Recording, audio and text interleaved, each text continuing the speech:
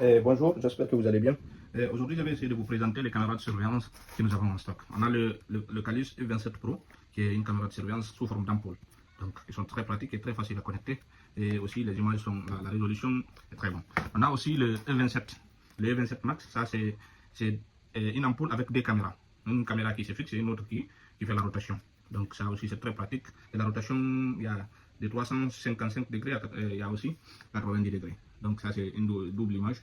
Nous allons essayer de voir comment les configurer. Ok, en première position, nous allons essayer d'utiliser notre téléphone. Nous venons sur la Play Store, qui est là, nous appuyons ici. Nous recherchons l'application qui s'appelle le V380 Pro. Donc on nous a envoyé l'application, on essaie de le télécharger. Donc on appuie là-bas pour essayer de télécharger l'application. Nous attendons le téléchargement de l'application qui se fait ici. Donc nous allons essayer de patienter jusqu'à ce que le téléchargement finisse. Je rappelle aussi que ces caméras, on peut les connecter en ligne, on peut les mettre sur le Wi-Fi pour voir les images à distance, ou aussi on peut essayer de les mettre en local et essayer de mettre une carte mémoire. Et aussi, voici la puissance. La puissance, ça prend les panneaux solaires aussi, ça prend aussi le courant direct. Donc ce qui veut dire 120 volts et 220. Donc ce sont des caméras qui sont très faciles à utiliser parce que même toi, tu peux essayer de les utiliser.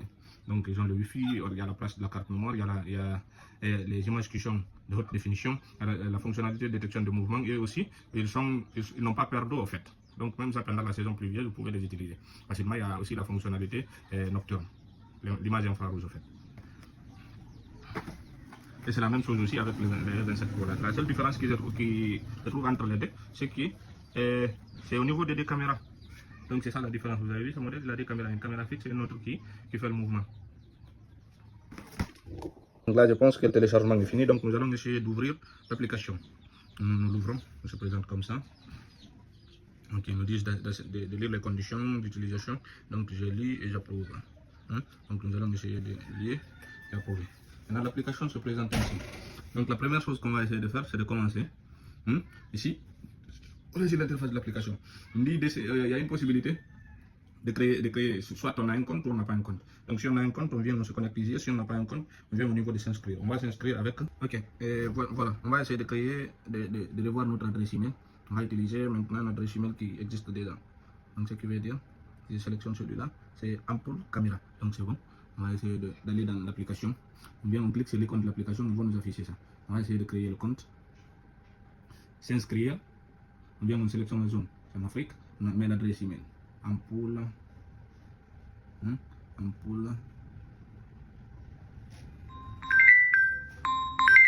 Et voici, on met caméra, on met 4. Après, on met gmail.com. Je pense que c'est l'email ça. Ampoule caméra 4. gmail.com. On tape sur. Ah, on n'a pas mis l'arrobase.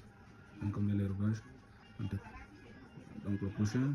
Ils vont essayer directement de nous envoyer un code de validation qui est valable pendant une minute. Donc on vient au niveau de l'adresse email, on vérifie. Ils vont normalement nous envoyer le code, vous avez vu, code de vérification. Donc on a 421 791. Donc on va saisir ça ici. 421 791. On tape sur OK. Donc une fois qu'on vérifie, ils vont nous demander de mettre un mot de passe. On va essayer de mettre un mot de passe là-bas. Un mot de passe qui est un peu compliqué parce qu'il doit avoir des lettres majuscules, minuscules. Donc moi j'utilise Ampoule. Je mets maintenant des chiffres devant, 224 ou 225. Après, j'essaie de vérifier si le mot de passe correspondant en bas ici. Donc Ampoule. Mais 225. Non, je vais mettre 224. J'affiche ici pour voir si ça correspond. Donc, 24 Ampoule 224, ce qui veut dire, vous avez vu, le mot de passe est faible, mais c'est correct. Donc, on essaie de valider ça. Une fois qu'on valide, l'inscription réussie. Donc là, directement, ils vont essayer de me connecter sur l'interface.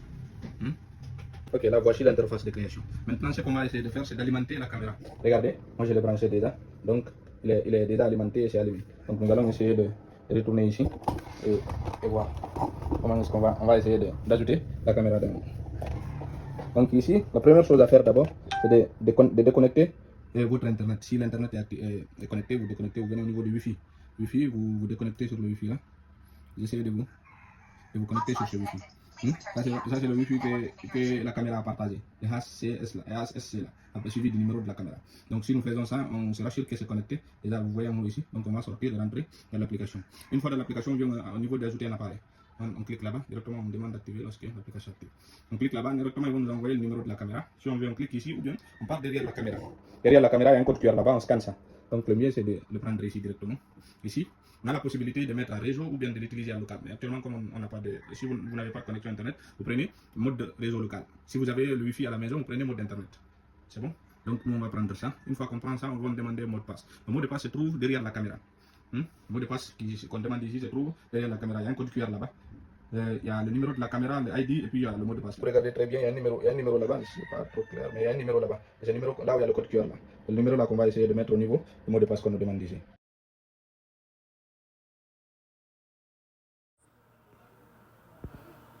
Ok, vous avez vu comment ça marche. Là, vous allez essayer de vous connecter sur le Wi-Fi. Le Wi-Fi est là. Ça, c'est la caméra qui a partagé le Wi-Fi. Ok, après avoir fait ça, vous revenez maintenant dans l'application. Vous allez essayer d'ajouter un appareil.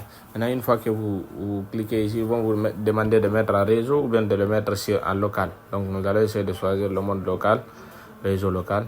Si on tape là-bas, on demande un mot de passe. Le mot de passe qu'on doit saisir ici, c'est le mot de passe qui se trouve derrière la caméra. Si vous regardez sur l'ampoule, il y a un mot de passe là-bas. Il y a un ID et puis il y a un PWD.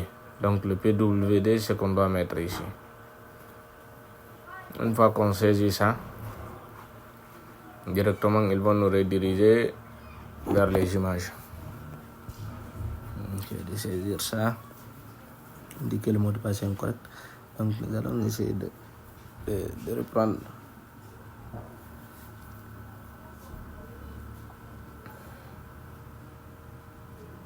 Oui.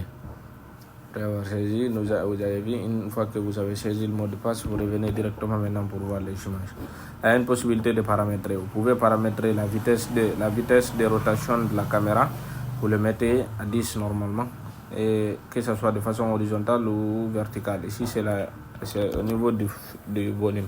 Le volume aussi, vous pouvez le paramétrer. Vous pouvez aussi essayer de paramétrer l'enregistrement. Une fois que vous insérez la carte mémoire, l'enregistrement commence de façon automatique. Vous pouvez allumer l'alarme aussi. Vous avez la possibilité de le personnaliser. Comme ça, allons essayer de laisser là-bas par défaut. Vous cliquez sur le plus ici pour avoir d'autres options. Le contrôle de la lumière, il y a l'alarme, il y a le PTZ. C'est le piste de mouvement aussi. Il y a aussi la possibilité de mettre l'image en infrarouge. Donc vous pouvez essayer d'activer le piste de mouvement par défaut. Après avoir fini de faire ça, vous pouvez aussi paramétrer l'angle de vue par défaut. L'angle de vue par défaut, vous pouvez paramétrer ça aussi, si vous voulez. Après avoir fini de faire tout cela, vous pouvez avoir accès aux images.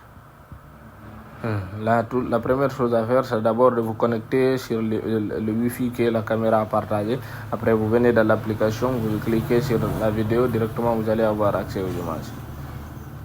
Oui, c'est tout ce qu'il faut faire ici. Ici, il y a aussi la possibilité de voir les images déjà enregistrées sur la carte mémoire en appuyant sur là où c'est écrit rejouer. Vous pouvez voir là-bas ou bien vous pouvez revenir en ligne aussi, en live.